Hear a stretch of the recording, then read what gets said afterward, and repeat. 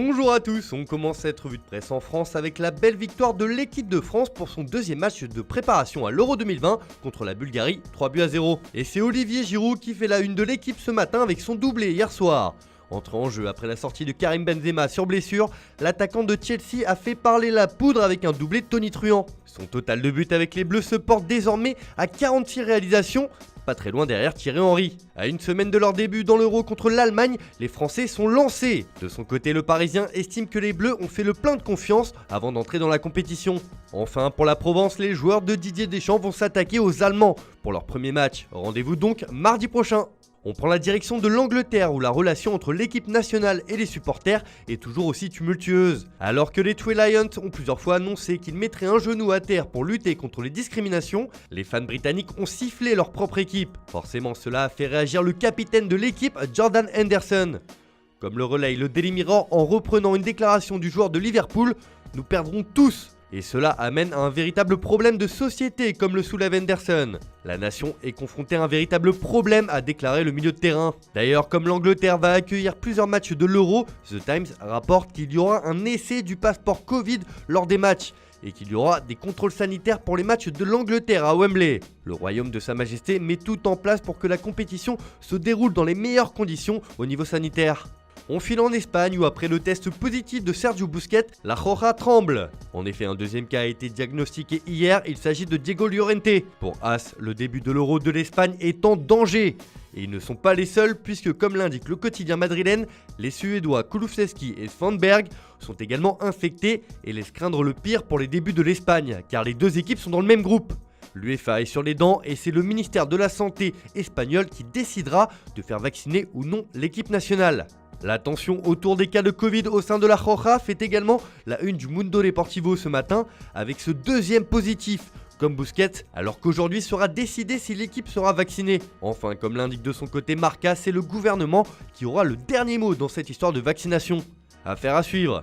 On reste dans la péninsule ibérique, toujours du côté de Madrid, où cette fois on va évoquer l'avenir de Sergio Ramos au Real Madrid. En fin de contrat à la fin du mois, le capitaine merengue n'a toujours pas prolongé, mais comme l'annonce AS dans son édition du jour, on pourrait assister à un véritable retournement de situation dans ce dossier. En effet, le défenseur de 35 ans attend beaucoup de la dernière réunion qu'il doit avoir avec Florentino Pérez, le président du club. La situation a changé et maintenant, Ramos accepterait une année de contrat en plus avec une réduction annuelle de 10%, annonce le quotidien madrilène. C'est la dernière tentative de débloquer une prolongation qui est au point mort depuis de longs mois déjà, insiste encore le journal. Si les deux parties semblent enfin se rapprocher, il ne reste plus qu'à trouver un accord. Réponse dans les prochains jours. Toujours en Espagne où l'actualité mercato est dense ce matin et à Barcelone, elle concerne un Français, Ousmane Dembélé. L'attaquant de l'équipe de France fait la une du quotidien catalan Sport qui annonce carrément un ultimatum pour Dembélé. Le Barça rencontrera la semaine prochaine son agent pour forcer sa prolongation, ce à quoi le joueur fait la sourde oreille pour le moment. Le club ne veut pas se retrouver à la fin du mois d'août sans accord et pourrait prendre la décision de le vendre si la situation n'évolue pas, indique le journal. De son côté, l'Esportiu va même plus loin avec ce titre sans équivoque, la prolongation ou la porte pour Dembélé. Le Barça va proposer à Dembélé un nouveau contrat adapté au contexte économique du club, mais s'il ne l'accepte pas, il négociera son transfert pour 50 millions d'euros, annonce le quotidien catalan.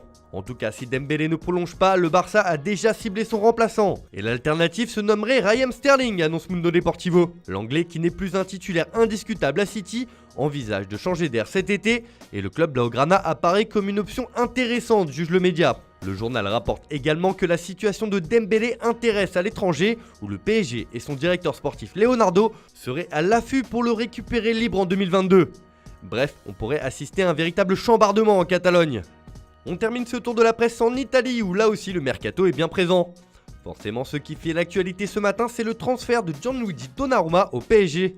Libre de tout contrat avec l'AC Milan, le gardien de 22 ans va s'engager avec le club de la capitale et comme l'annonce le Corriere dello Sport dans son édition du jour, le joueur et le club français sont tombés d'accord. Un accord qui concerne aussi Maurizio Sarri avec la Lazio car l'ancien coach de la Juve va rebondir à Rome car il a accepté l'offre des Laziale. De son côté, la Gazzetta dello Sport annonce que la Juventus va lancer un double assaut sur Locatelli et Gabriel Jesus. Les Bianconeri sont prêts à mettre 25 millions d'euros sur le joueur de Sassuolo et tenter un prêt avec le Brésilien de City. Après une saison ratée, la vieille dame veut frapper fort cet été. Voilà, c'est tout pour ce matin, bonne journée à tous. N'oubliez pas, on se retrouve pour notre nouveau programme, le JT Foot Mercato, un peu plus tard dans la journée.